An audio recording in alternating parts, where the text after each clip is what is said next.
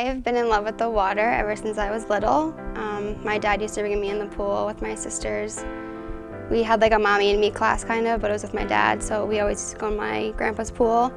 And I did swim lessons for about a year and a half, and then they were like, I think you're ready for the swim team. So I joined ARAC, which is my club team in Orange, when I was 5. I think ever since then, that first meet, I loved it. I knew that's what I wanted to do. So I've been swimming for over 15 years, and I've been with the same club team since I was 5, so they've become my family. And when I first started out swimming, I wasn't a backstroker actually. I used to swim butterfly and freestyle, so I swam everything. And then once you get into high school, you really start to focus on one individual event and one individual stroke, so you can start training that event. So I started doing backstroke, and that was when I really started to bring myself up to the top of swimming, and that's when I knew that this is what I wanted to focus on.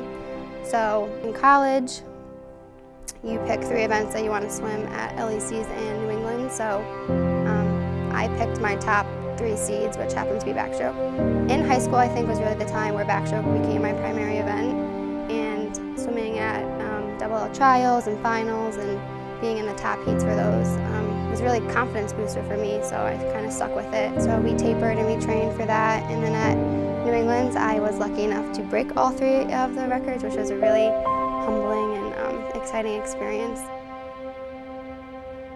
So I was a sophomore in high school, and I've been having shoulder pain for a while. And at some points I was just like, this is not right. Like, I should not be feeling like this. It was really painful. I used to cry in my goggles sometimes so no one could see me.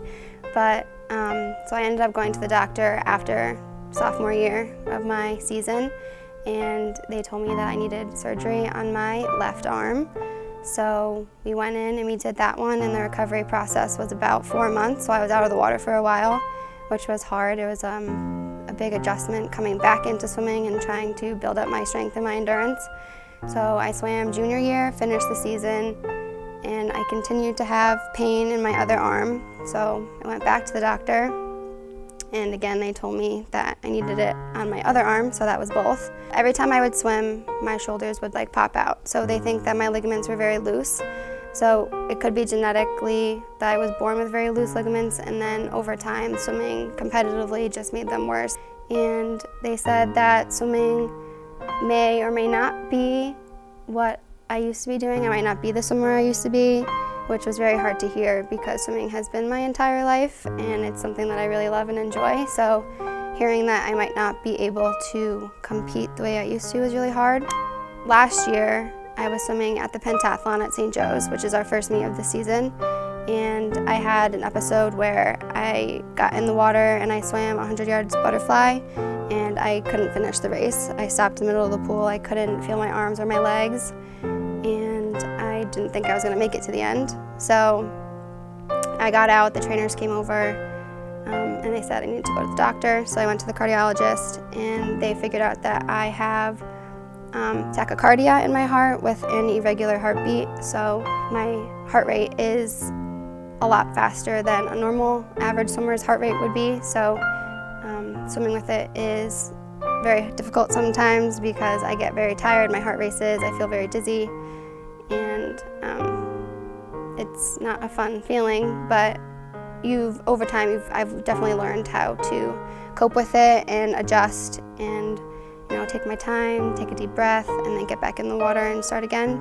I am on a medicine that stops my heart rate from reaching a certain level, which helps me definitely in the water, because when I'm racing, I feel comfortable knowing that my heart's not going to get too fast where I need to be concerned about it, where I'm going to have another episode. As much as it was a struggle, I think it really made me the swimmer who I am today. I think I worked a lot harder in the pool and out of the pool than I did before the surgeries, trying to get back to where I used to be. I definitely wouldn't be able to have overcome all that I did without the support that I've had. Definitely my family is number one. They always check in on me. They're always pushing me to be my best and keep going when I'm down and when I don't even believe in myself. They're always there to believe in me. My sisters, Maggie and Megan, they will be freshmen next year with me on the swim team. We've been swimming together since we were 6 years old, so they really push me, and I think we really motivate each other. which is what makes us go faster and feel healthy now and stronger than I ever have. I'm excited. I think I'm going to be able to swim faster than I have before, knowing now that everything is going to be working properly, so it's exciting.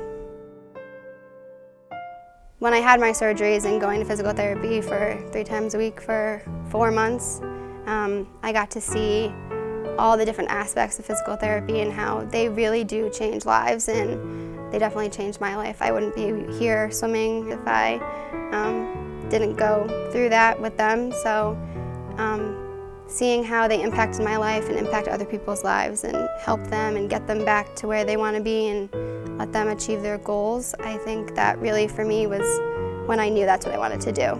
Over the summer I did an internship at Yale with the physical therapy department, and it was an amazing experience. I loved every second of it.